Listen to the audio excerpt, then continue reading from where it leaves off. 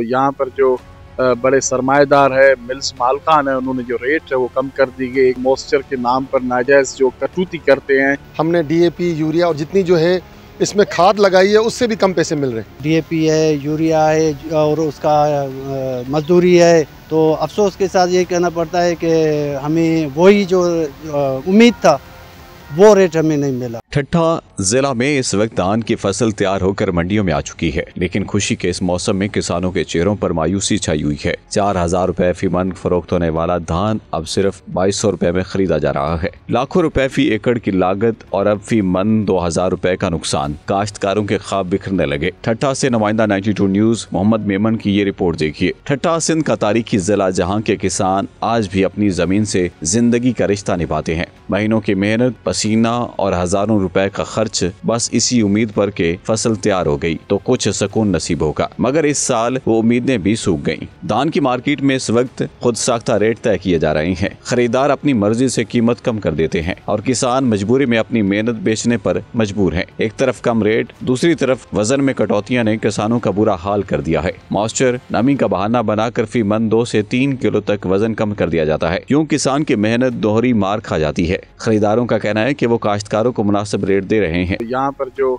बड़े सरमाएदार है, मिल्स मालकान है, उन्होंने जो रेट है वो कम कर दी गई। एक तो रेट कम कर दिए गए, दूसरा जो है मॉइस्चर के नाम पर नाजायज जो कटौती करते हैं। ताहम आलमी मार्केट में चावल की कीमतें कम होने से इन पर भी दबाव है, जबकि दान में नमी की ज्यादा जखीरा करने में मुश्किलात पैदा करती हैं। लेकिन किसानों के मुताबिक असल नुकसान इनका है, जिन्होंने सारा साल अपनी जमीनों में पसीना बहाया। अब मन मर्जी के रेट दिए जा रहे हैं। डीजल, बीज, खाद, मजदूरी सब कुछ महंगा हो चुका है। अगर यही हालात रहे तो अगले साल धान की काश्त में नुमाया कमी देखने का खदशा है। ये सिर्फ किसान का नहीं बल्कि मुल्क की गजाई सलामती का मसला बन सकता है। असल मसला है कि धान की फसल जो है वो 4 महीने की क्राफ्ट है और हमें इसमें ना मुसलसल जितना हमने डीएपी, यूरिया और जितनी जो है इसमें खाद लगाई है उससे भी कम पैसे मिल रहे हैं। डीएपी है, यूरिया है और उसका मजदूरी है, ट्रैक्टरों का, मगर जब तैयार फसल हुआ तो अफसोस के साथ ये कहना पड़ता है कि हमें वही जो